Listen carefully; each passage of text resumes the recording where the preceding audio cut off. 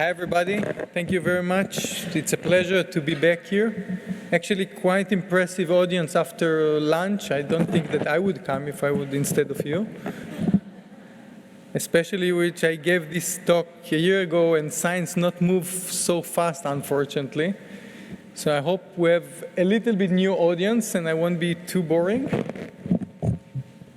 So I want in this talk, in this hour that I have, to show you how I think the medical cannabis will be in 5 years from now.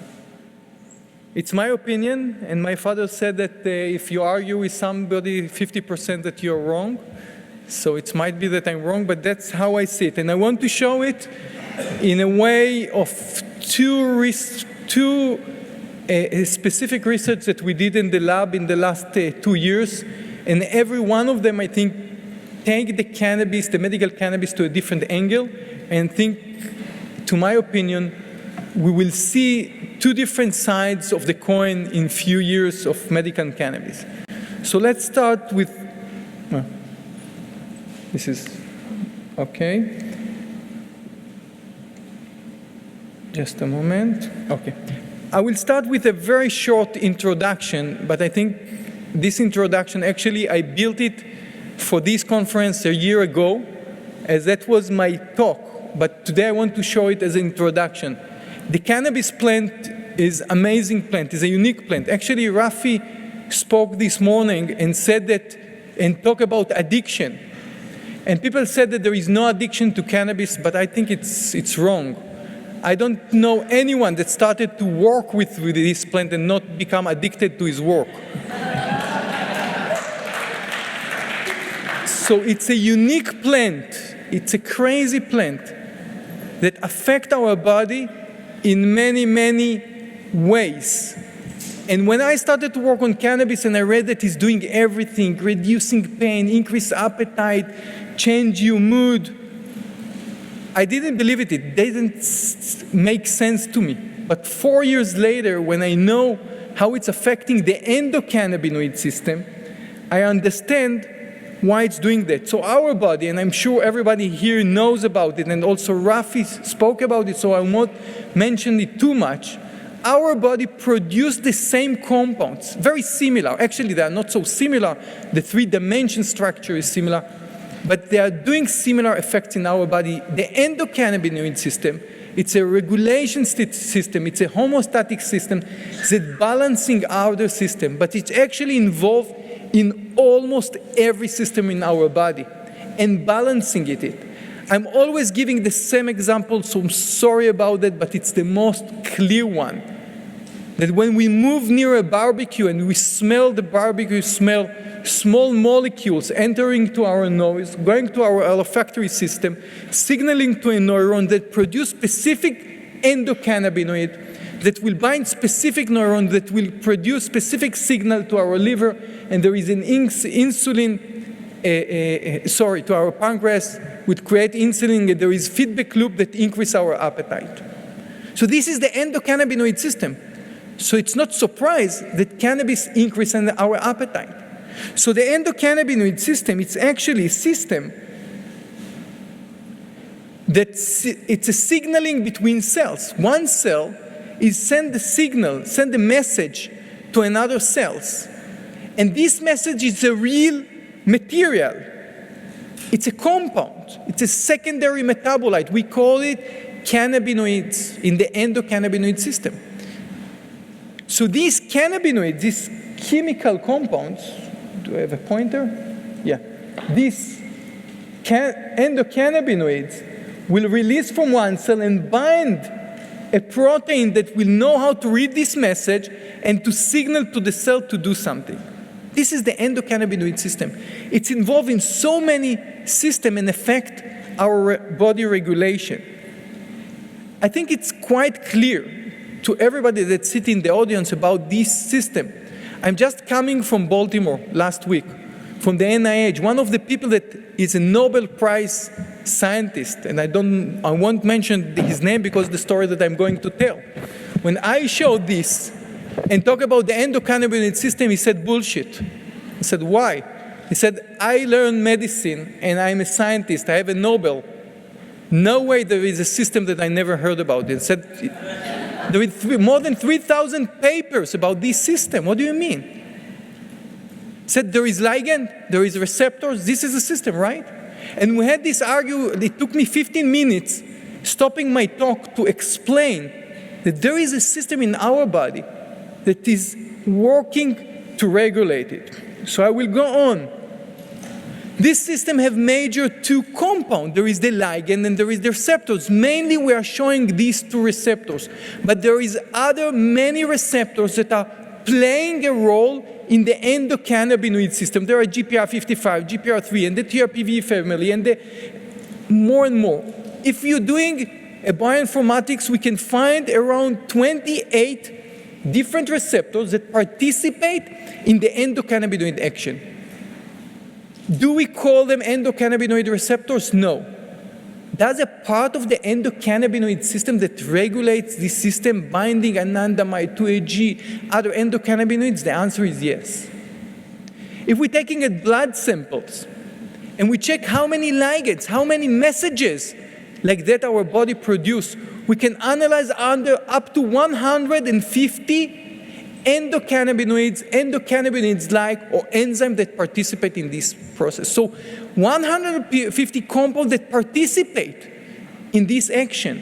We call it endocannabidome, like proteome or metabolome, because it's so wide.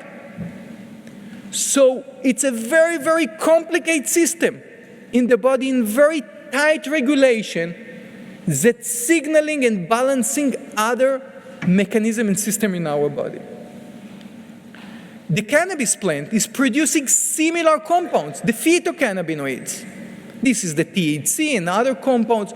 We can analyze at least 10 different families of phytocannabinoids in the plant, and altogether over than 140 phytocannabinoids from the plant. And this cannabis is just mimic the action that is native to our body, natural to our body. Instead of getting and signals from the output surrounding, like a pain or like a smell, it will bind the receptor and will send a signal as we smell a barbecue now. Just a moment, I'm doing a mess here. Okay, like we smell the barbecue and the same signal will enter. So Rafi started to talk about the entourage effect, which in the past people showed, and we know it from the patient, and Rafi have few papers about it, showing that if you're taking one compound, it's not working as good as the whole extract. But the reason, or the way it's acts, usually that a ligand and a receptor are like a lock and a key. We call it the lock and a key principle. So you need a one molecule that will fit to the receptors in order to operate it. And actually, if you have a key that is very similar to the keys that operate, but is a little bit different, it will usually enter the lock, but will stuck it. We call it agonist and antagonist, or inhibitors and activators. So one molecule can activate the receptors, and the other one can block it, even though they looked extremely, extremely similar. This is biology, basic biology.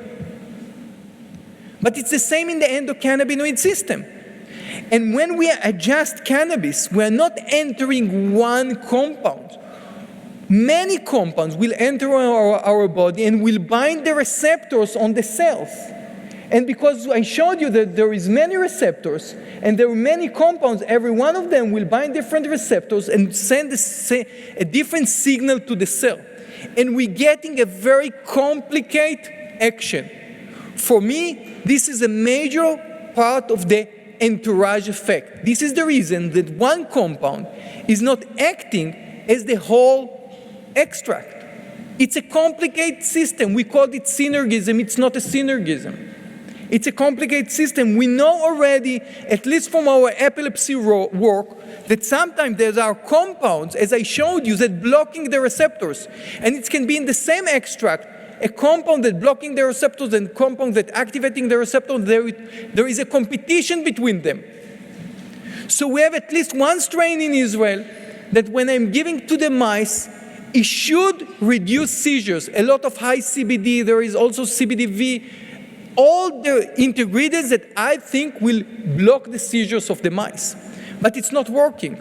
So what we did, we separated to two parts, 50 compounds here, 50 compounds here. And then one part is working very well, and the other part is not working. If you put them together, it's not working anymore. Because in this side, there is something that inhibiting the action. So sometimes we get a different action, not just because there is more compound that activating, but also there is things that blocking or changing. So again, we're talking about very complicated machinery in our body. So when we started to do research 4 years ago, we started asking what is the anti-cancer properties of cannabis. In Israel, we have many, many patients, almost 20,000, that getting the cancer patients that getting cannabis, but they are getting cannabis as palliative care, as improving quality of life. On top of the chemotherapy, that getting cannabis to reduce nausea, to increase appetite, to reduce pain. But our question was whether cannabis can have effect on the real tumor. But as I told you, there is many types of cannabis, and every one of them have many compounds. And cancer, it's a given name to hundreds of different diseases. Just in breast cancer, I'm familiar with more than 40 types of breast cancer. So how to start? And I'm sure that everyone that know me saw these images already, so I will do it fast. We're taking the cancer cells that we are growing in a plate like that, there is between 3 million to 10 million cells, depend on the type of the cancer. And we are creating extract. We're extracting the active compound from the cannabis, and we're adding to the cancer. So if we look on colon cancer, we see every dot here is a cancer cell. We're adding the cannabis extract number 1, and it's kill all the colon cancers. We're adding extract number 2, we saw the same effect. We add extract number 3, and it didn't affect the cells. We did the same thing with breast cancer, and we saw very similar effect. We took a prostate cancer, and now the one that killed the colon cancer and the breast cancer didn't affect the prostate cancer. The same thing with the second one, but the third one that didn't affect the colon, didn't affect the breast, now killing the prostate cancer. When we took colon cells that are not cancerous, the cannabis didn't affect them in that amount. So we ask ourselves, okay, what is doing this effect? We read 5 compounds 4 years ago, and we saw that actually extract number 2 and extract number 3 are not different on the main 5 phytocannabinoids, CBD and THC. But it's not surprising. I already showed you that there is many cannabinoids, phytocannabinoids from the plant. But also there is terpenoids and there is flavonoids, altogether around 500 active compounds in the extract. So we can't look just on 5. So if you're taking 20 of these strains that we have over the 900 different genetics in my lab today. If you're taking 20 of them and you measure the phytocannabinoids, and we create a system to do that, a method to do that. So what you see here, it's the different phytocannabinoids, and here are every line, it's a different genetic of cannabis. And you see when it's dark, the meaning that this phytocannabinoid highly expressed here. When it's white, the meaning it's not expressing here. And you can see the differences between the genetic, how much the active compound, the phytocannabinoids, are different between different genetics of cannabis. So actually, it's not surprising that one is killing and the other is not. But also, I told you that it's probably not the CBD and THC. So if we want to measure it faster, we can do high-throughput screening. We can take a machine that can take fast images from the plate, and I won't go to the details, and we can put markers, fluorescent markers, and we'll just say that every time that the cell is blue, the meaning is alive, and every time that is red, the meaning it's going through apoptosis and is dying. And you see the control is blue. This strain killed the cells very fast, and this strain not affected. And if we go to the stat, every color here, it's a different genetics, different strain of cannabis, and if we take 4 micrograms per ml, you can see that there is few strains that didn't affect these melanoma cells. There is few strains that kill 50% and few strains that were very efficient. Very similar to what I showed you. If we align these strains by the amount of CBD and THC, we see that there is no correlation between the amount of THC and CBD. If we are taking one strain that kills 70% of these cells, and we're extracting, we're purifying the THC and the CBD, and we put them together on these cells, even if we put 20 times more of these CBD and THC on these cells, it's not affecting the cells. So it's not the THC and CBD, or it's not the THC and CBD alone. Maybe it's the entourage. Maybe we need everything. If we're going now and look on different types of cancer, we see the same problem. Different types of cancer will act differently, even though it's the same genetic of the cancer. So we look on now couples. These two, just a moment, here. These two are, what is it? These are lung cancer. These two are melanoma cancer. These two are colon cancer. And you see that in this colon cancer, there is few extracts that are very efficient to kill them. But on this colon cancer, we screened over than 800 different extracts. None of them affect the cells. So even in the same cancer, we have a huge difference. So you can't say, hey, Daddy, which extract worked for colon cancer? Which types of colon cancer? What are the mutations? Which receptor expressing on this one? If I won't know it, I don't know to fit it. So how we can do the research? We can go narrow, deeper and deeper and deeper, look at what we call personal medicine. We will take a cancer, let's say leukemia, with a specific mutation, specific phenotype.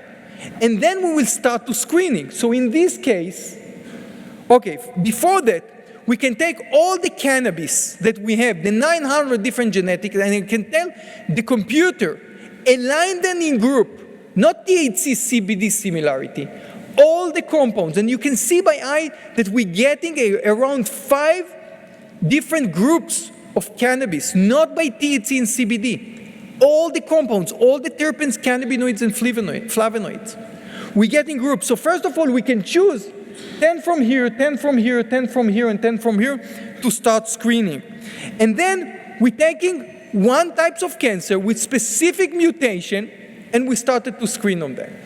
So you see here, it's survivors. So if the line is lower, the meaning more cells died.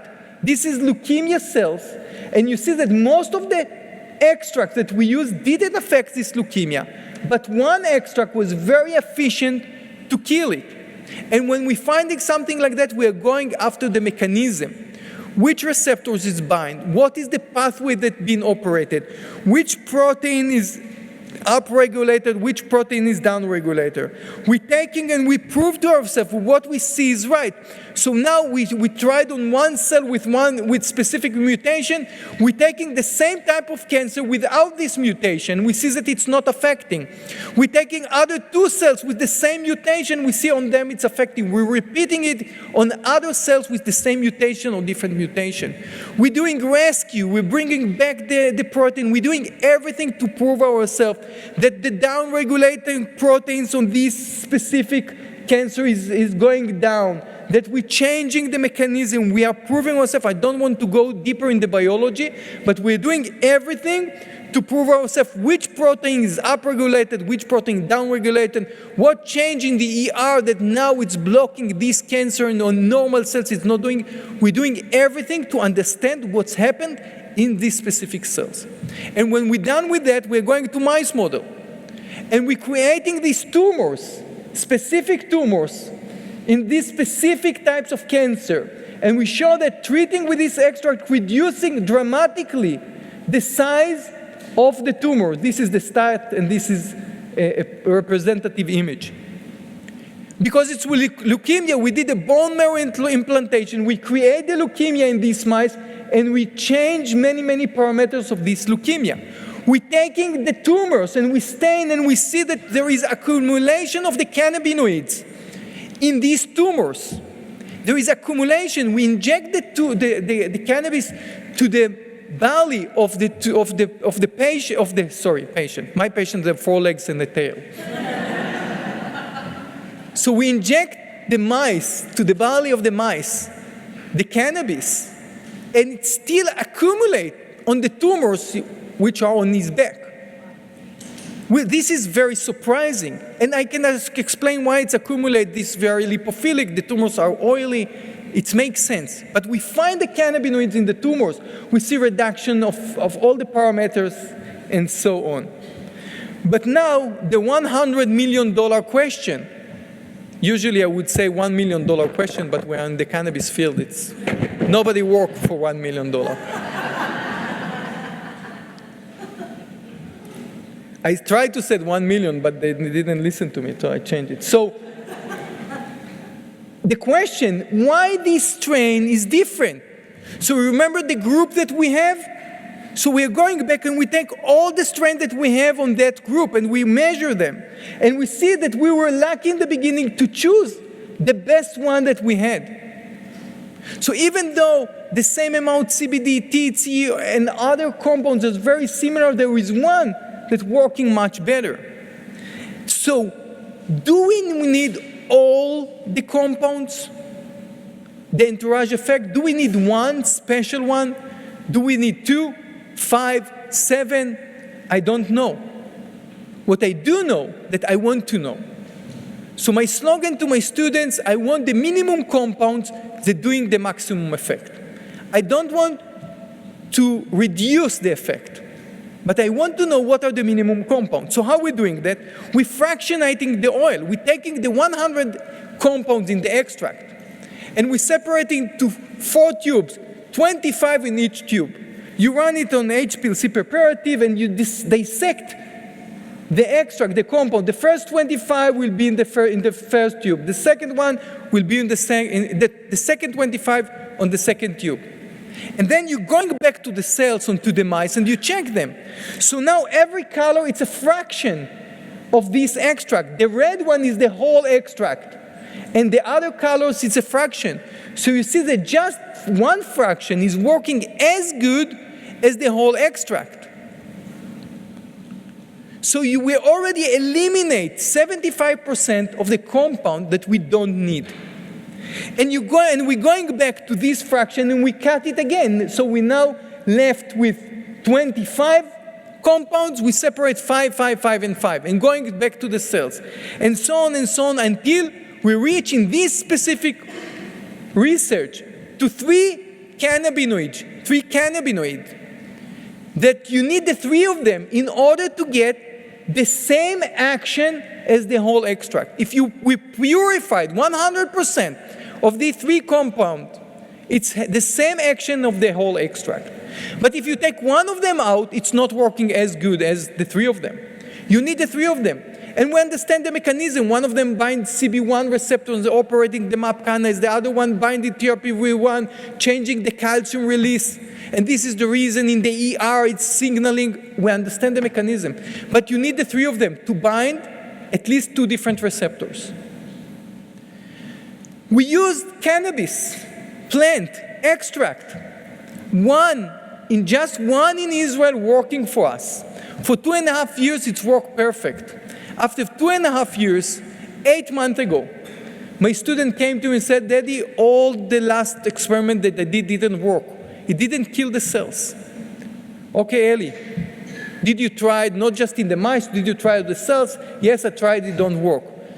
Let's check it. And we're checking the extract, and I didn't tell you that one of the compound, it's even unknown compound. We call it 3318B. This is my students, my chemists. They are not, they're not thinking out of the box. Instead of killing this master killer, Kaiser Soze, I don't know, 3318B. Now we're all stuck with it forever. So this one is a unique compound that you must have it. So after 2.5 years, The grower changed the greenhouse. In Israel, we changed the regulation. Never mind, they need to move from one place to another place. They changed the greenhouse. The hell know what they changed. The soil, the water, the light. I don't know. Their strain is not producing this compound anymore, and it's not working. So if I wouldn't know to analyze it and to know what is missing, I would say to Eli, hey, Eli, you're a great guy. Go to doing somewhere else the PhD. It's done. Sorry, life sucks, you know. I have my PhD. But it's not working that way. Now other students won't come to you anymore, so you can't. So by knowing exactly the compounds, I can go to my database, tell to my student, oh, go and screen in all the extracts that we have in the lab, all the genetic, which one have these highly expressed. So I don't have the combination of three of them in any of the strains, but I have other strains that are producing this one. One phone call to the grower, I'm asking 1 kilo of this strain, next day I got it, purifying this, adding it to the other two from another extract, when we're getting the same action exactly. The same one reducing the size of the tumor, curing the leukemia, and this is a proof of a concept. You can take one compound from here, adding to here, it's working the same. We need the three of them, doesn't matter where they come from.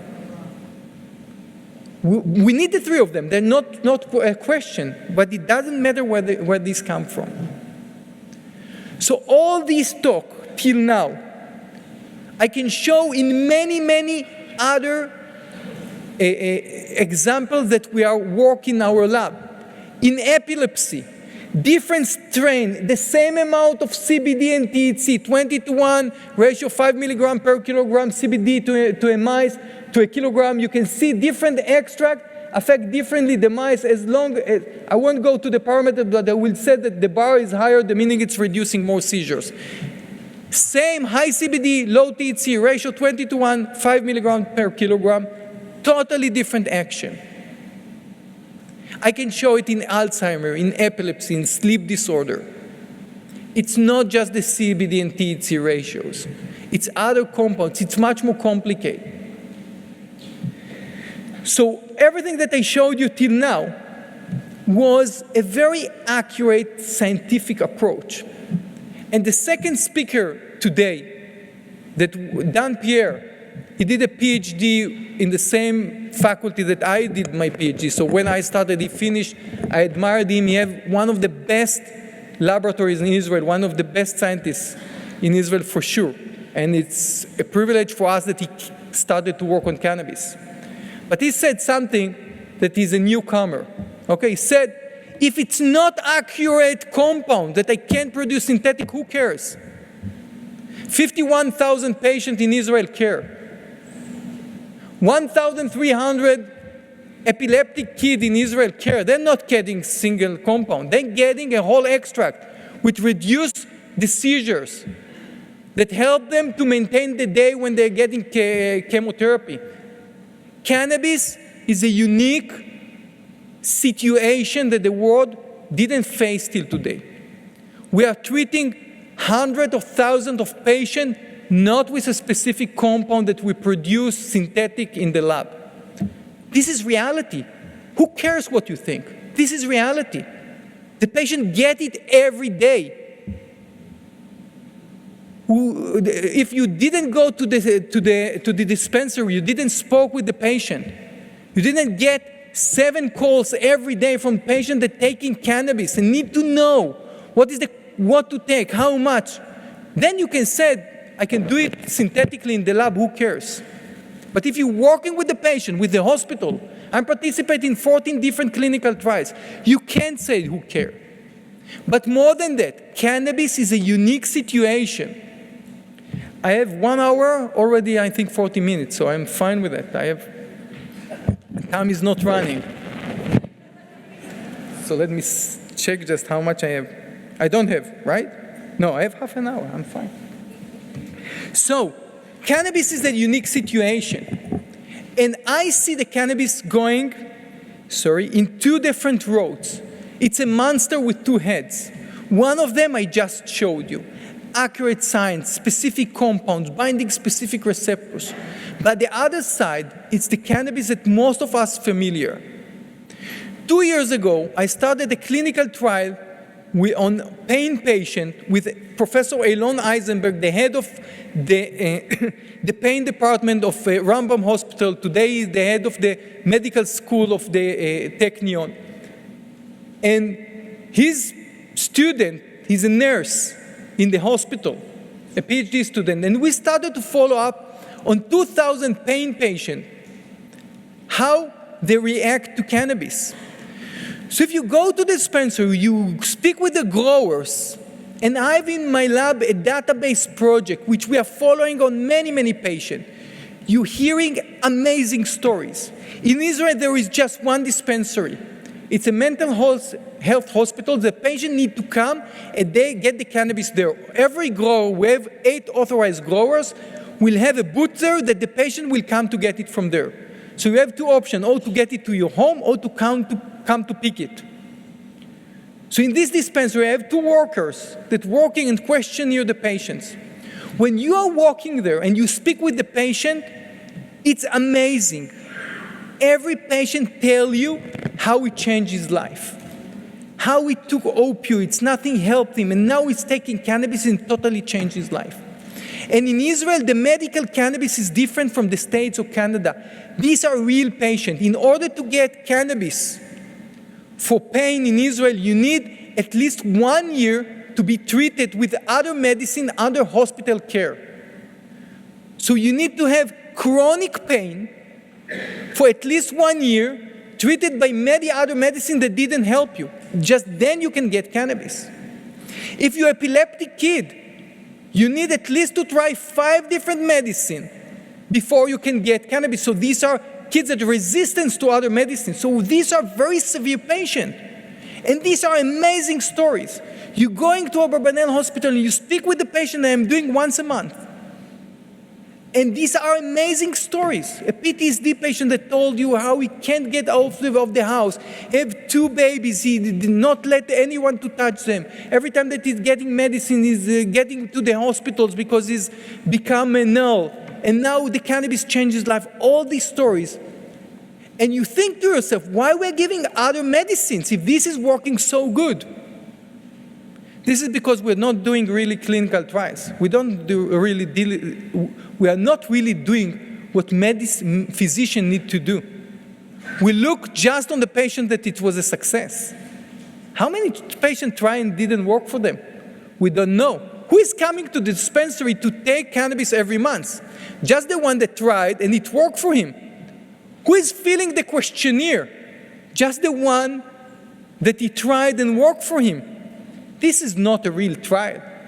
How many tried and it didn't work for them? How many tried and it made harm for them? One of my students that work on the bioinformatics in my lab came to me. He's an Italian guy, very sweet guy. Came to me, Daddy, I know what we need to publish. I said, Saro, except on the pizza. What else? He said, Daddy, cannabis is very, very safe. I said, why are you saying that, Saro? He said, if I look on all the 5,000 patients in our database, none of them tell that the cannabis made any harm. I said, oh, this is very cool. So how many patients fill 5 times the questionnaire they are filling every month?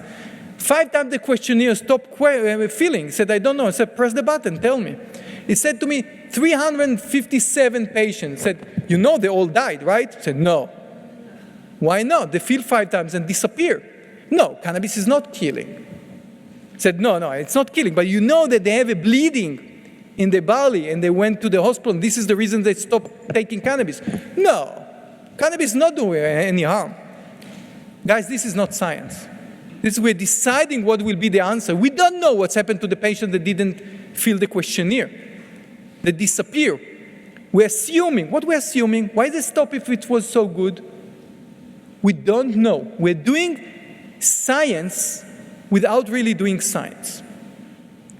So we started to do a clinical trial on pain patient from the moment that the physician decided to prescribe cannabis. They're treating 1 year of other medicines, and after 1 year, Elon said, you know what, I think it's time to start cannabis. From that moment, we started to follow. And actually, unfortunately, it's a very, very, very disappointing result. Just 45 of the patient describing improve of the pain. And in these 45% of the patients, so 55 tried, said, didn't help, I don't want anymore.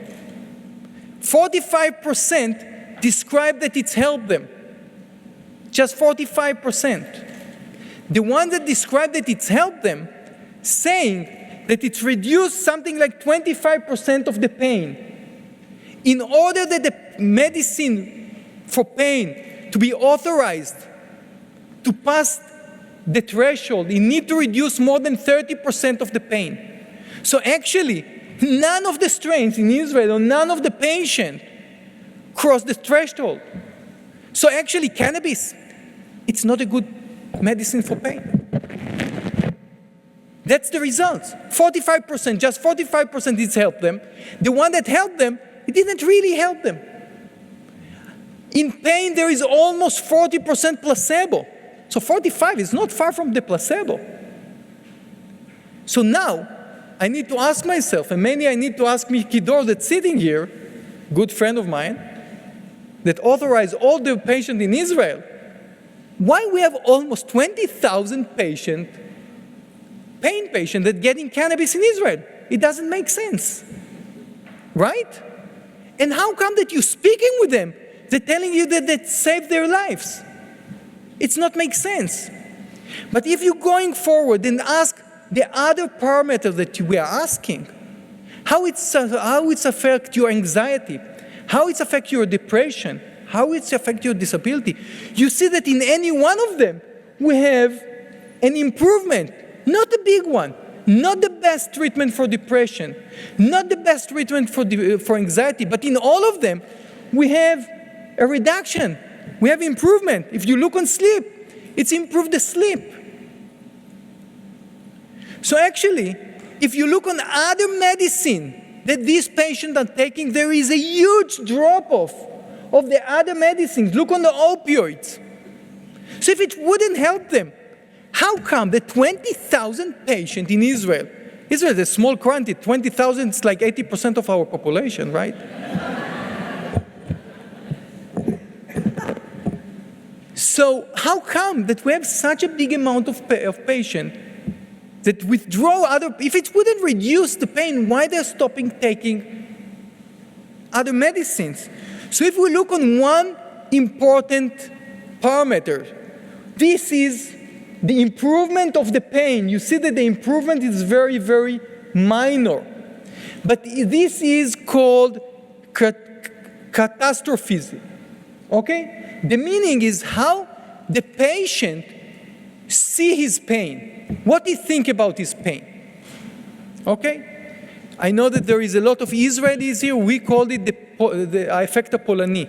How much you complain about your pain. And you see that there is a huge improvement of how the patient see or what is the concept of the pain in the beginning and what is the concept of the pain in the end. There is a huge improvement. And I will give you one example. This improvement changing something that is critical, it's changing the quality of life. I will give you one example, one patient that I know from this questionnaire. 20 years old patient that's suffering from neuropathic pain in his back. He's living in the basement of his parents. He's not walking, almost not getting out of his bed.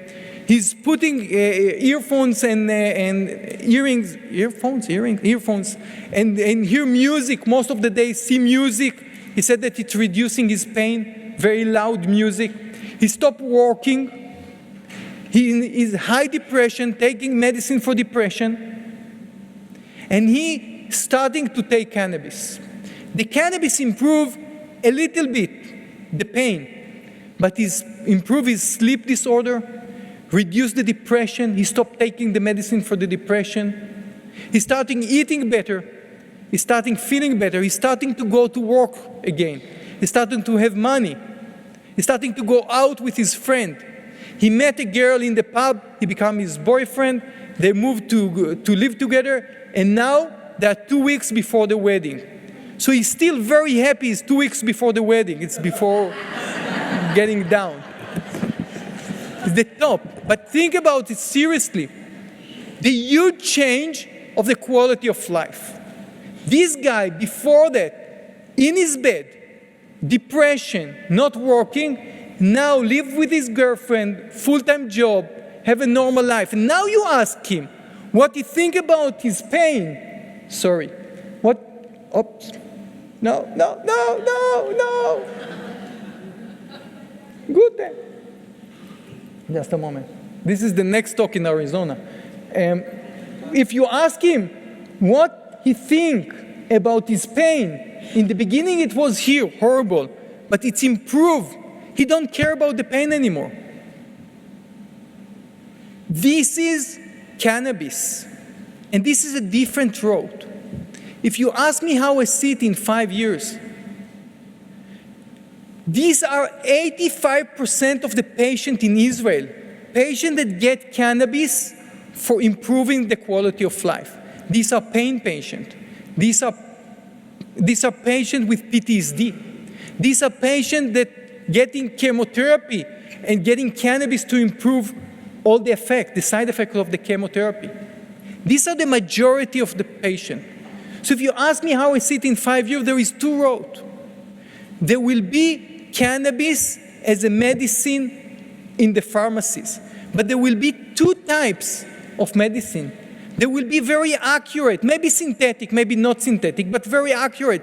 3 molecules in a bottle, measured exactly the amount, milligram per ml, that you will take to treat cancer, that you take to treat epilepsy, that you take to treat insomnia, very specific illnesses. And there will be cannabis, which much more holistic, the whole extract. Because we are the scientists will never be able to put our finger on all of these. Because these 3 compounds will improve the appetite, and these 2 is changing the sleep disorder, and these 5 is decreasing the depression. And all together, you get something that changes the quality of life. Elderly people, cancer patient, PTSD patient, pain patient, we use probably this cannabis. But this is not saying that we need to stop working on that. We need also here to improve it and to bring it to the level that it will be medicine, accurate, that every time that you're going and buying a bottle, it will be the same. The grower will need to improve the way they grow it. It must be accurate, that all the compounds inside will be the same. We will be able to measure, I'm able to measure it today, so the world will know how to do that.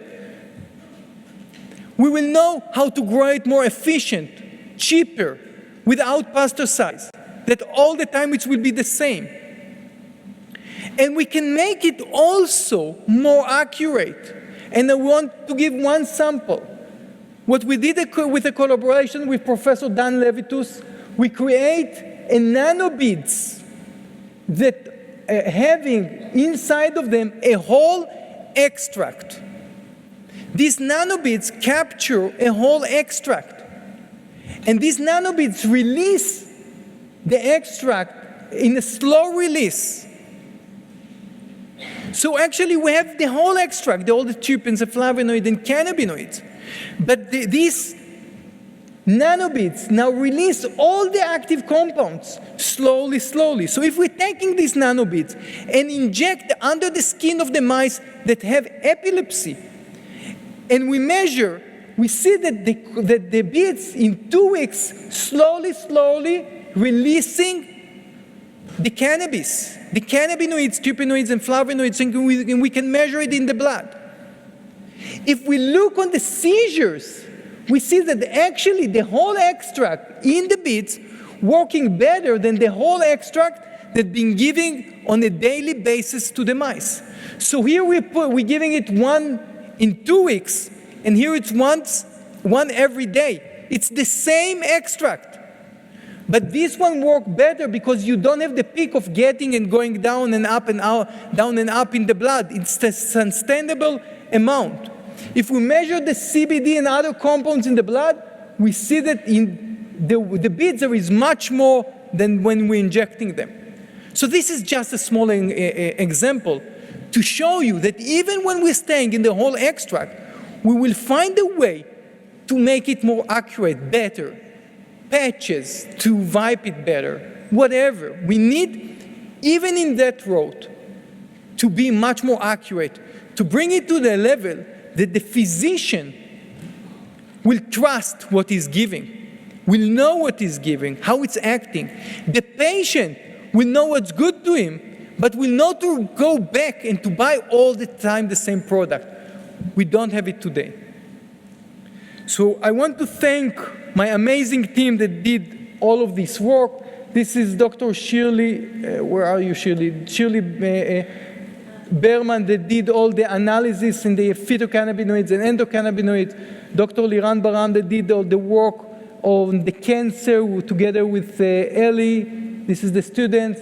Dr. Gil Levitus doing all the neurobiology in the lab, and you see the epilepsy, and all my amazing team. Thank you very much.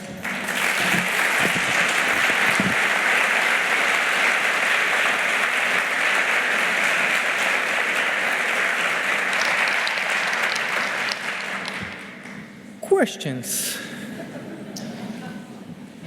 Hello. I had a question about the slide that you showed that had the red bars and the blue bars.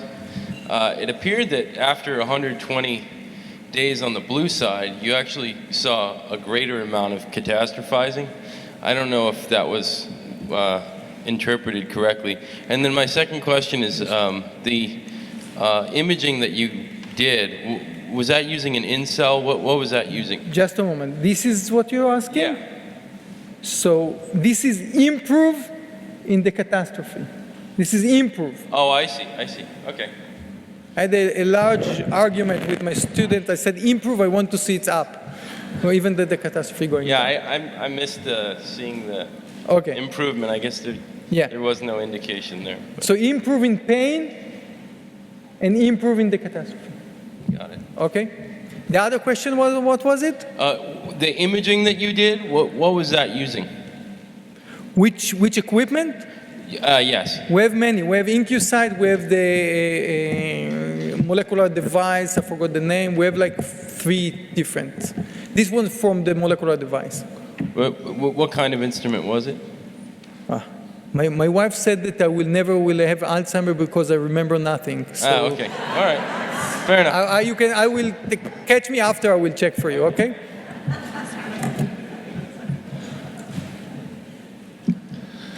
Hi, over here. It's Matt Gordon. Hey, how you doing? How are you doing? I've had a question about, you've discovered, you've narrowed it down by the process of elimination and discovered 3 cannabinoids that worked as good as the whole. And what happens if you took that profile that you knew was killing that type of cancer and you mixed it with some other oil? Would that suddenly change the profile and make it not kill that cancer anymore? It's not changing the profile, but it will dilute the specific cannabinoids to a different amount. So you will need to give more. This is first thing. Second, it might be that in the other extract there will be things that competing with the receptors and will block it. It might be. I never tried it, so I don't know to tell.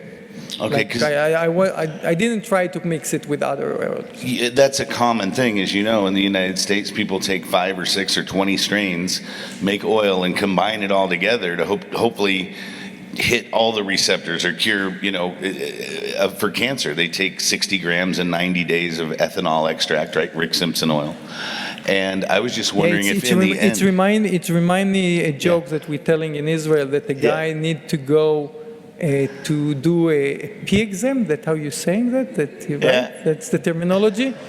So he's coming and said, I brought all the family, check it all together. So I don't know if it's smart, you know? Yeah. So, what do you? But you guys haven't mixed oils and seen if it was still effective, or in the end, if you had something that cured another cancer, like a completely different compound after mixing 20 different strains or what have you. No, it's a good idea. I need another 45 students. I will work on that. So. Okay. Thank you. We did it. Thanks. Thank you. Hi. Hi. Thank I see you. nothing, so I'm just. That's by the okay. voice. Hi. Yeah. So for some of the diseases or complaints that you were talking about, pain and epilepsy, the medicines that are often prescribed for those types of things have really bad side effect profiles, destroy organs and things like that. So my question is, why is cannabis a last resort? With such a benign side effect profile for cannabis, why is cannabis the last choice? So I have two good answers for that. First, we don't know the damage that cannabis is doing. We don't really know. We're assuming it's not doing, which is not really true. If you really following on Rick Simpson oil patient, they have a lot of bleeding in their intestines, and there is damage that cannabis can do, and we don't know yet. Okay, I showed in a publication with Professor Gilbert Sella a few months ago that if you're taking immunotherapy with cannabis, cannabis is actually blocking the immunotherapy. So it said, why not to give everybody? I'm not sure it's a right thing. Second, because we have better medicines in other illnesses sometimes work. A physician needs to check his patient and to choose the best medicines that's working the best for this patient. It's not always the cannabis. And you know, it's nice in these conferences we said, why not to give? But it's the physician's responsibility to choose what he thinks is the best for this patient, and I hope they are doing that. And unless we will have more data to know where to give and which patient, it will take more time, and I'm quite aligned with the physician on that. And there is a lot of, I don't know how to say it in English, but disinformation and things about cannabis that cause the physician not to give them. And I'm giving free to the mice, so I don't have this problem. Yeah. Thank you. Hi. I was just curious if you'd identified a molecular target yet for your 331B8 compound, or if you know mechanistically how that's working. No, I know it's binding TRPV1, but I don't know mechanistically it's binding and releasing calcium. I don't know exactly. I know that when I'm blocking TRPV1, then it's not binding, and whatever. I'm not there yet. It took me a lot of time to be able to purify that in a good way and to have it really purified in my hand. Actually, it's just a few months, and every time it takes me around 3 weeks to get it. So still there is technical things that takes a lot of time. If I'm summarize what I succeed to do in the last 4 years is not the results, is to build the tools to ask the questions. A few months ago, I think 4 or 5 months ago, I sat with my students, said, they show results, said, we reached the point that we can really start ask questions and answer that. When we have the ability to measure the endocannabinoids, the receptors, the phytocannabinoids, to analyze them, to separate them. Before that, we didn't have the tools. Thank you.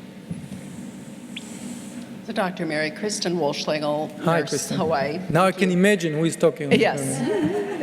So The blonde from the back.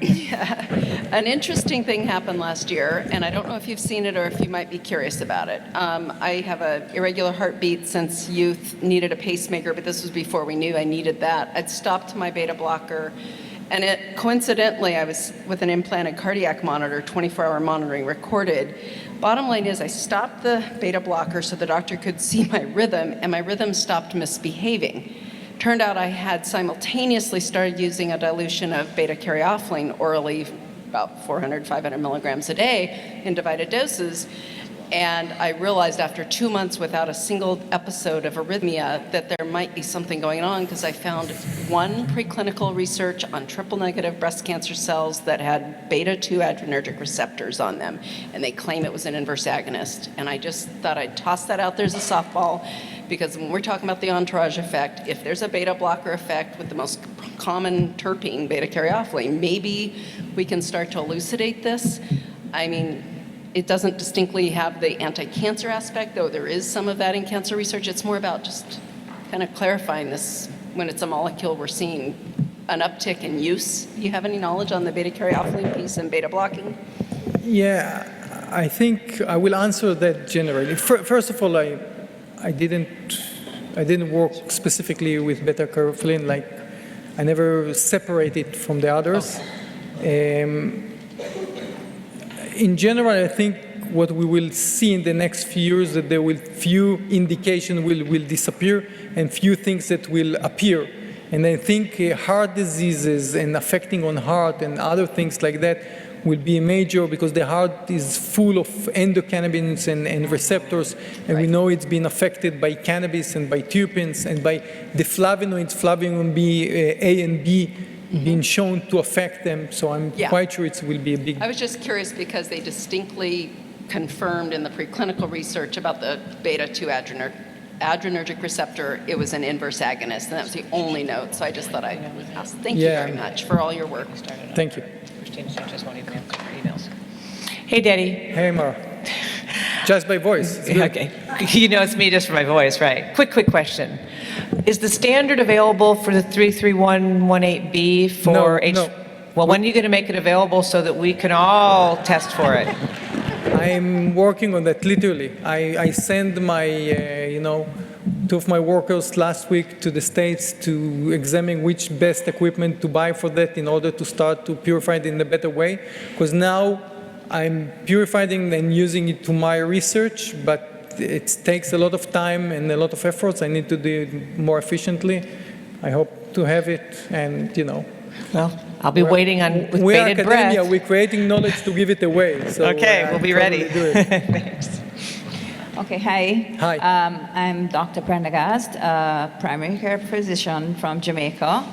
And we have lots of cannabis there, as you know, but we have very little purified product that we can use. I've found in my practice that the best one that I can use is a 3-to-1 ratio, which is 3 CBD to 1 THC, which is the most useful. However, being limited to only a few right now legislatively, would you say CBD alone I use it for inflammatory conditions. I use the CBD-CBN, which is also available. Those are the only two that are available legally. And so broad spectrum, what do you think about a 3-to-1 CBD to THC? So first of all, I think you need to understand that I'm not a physician, and I don't know what is good for patient or not. I know to look for mechanism, to answer a big question, to look on the wide aspects. I don't know to treat patient, unfortunately, and I don't know the answer. But basically, I would say in the cannabis field, to say that I found 3-to-1 is the best ratio, I will ask to make me sleepy or to make me awake. What do you mean the best one? The best one for what? To every indication on every disease, No, you need it's a different like for aspect. inflammatory conditions, autoimmune conditions, I found that to be CBD, 3 CBD to 1 THC, unactivated, of course. And I found that to work very well with the limited scope that we have. So I will answer. So it's like the broad spectrum thing. So you're taking a specific strain and it's worked for you 3-to-1, and I learned from cooking what is work for you don't change. But we work on multiple sclerosis. Multiple sclerosis is kind of inflammation. I have strains that causing the disease to be so severe that the mice not survive. And I have strains that the mice are almost curing from the disease with the same ratio of CBD and THC. So I don't know to answer in CBD and THC. You're asking the wrong person. I believe that it's much more complicated than looking with CBD and THC. It's known that CBD, and Rafi showed in the morning in the GVDH patient, CBD alone can reduce the activity of the immune system. Right. But the ratio between that to THC, I haven't a clue. I just don't know. Okay. Thanks. Thanks for your talk. There are highlights every year. I see patients and recommend to patients. And when I started, after coming to one of these conferences, I give my patients a recommendation. I say, get a whole plant extract in this approximate ratio. And what came back to me is there's no such thing in the dispensaries as a whole plant extract. It's combinations of different cannabinoids in different ratios. So now I'm doing microdosing with 1-to-1, and I'm just curious and changing the ratios and so forth. I'm just curious, do you see any value to using a whole plant and having the patient make their own extract from a whole plant in order to get more likelihood of the entourage effect? Or do I stick with oils and microdose sublingually, which is kind of what I do, because I take care of a lot of elderly patients and none of them are interested in inhalational therapy. So in general, again, I don't know. I'm not a physician. Not asking about patients, just asking, I don't know. I think, it's a lottery. You're taking a very complex case, can be inhibit, can activate, one can help, cannot help. And I understand that outside, in the field, with the patient, we need to take a decision, and I admire the physicians that are doing that, and I think they're doing very right. And in order to help the patient in what we have. But I will say something else that might be the audience here won't like. I don't believe in that the patient need to take a decision for himself and make the medicine for himself. I never saw a person getting to emergency room and say to the doctor, leave it, I know what to do, And I didn't see any patient lying down with,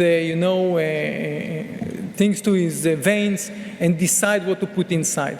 I don't believe in self-curing. I believe in physicians that learn a lot of years and know better to take decisions. Not always right, not always good. A lot of mistakes, but better than the patient will take for his self-decision. So I believe that even though you might lose few parameters, it still need to be in your hands, but it's totally my opinion here and not, I can't see if there is more. Me, I got it. Again, the blonde. Me again.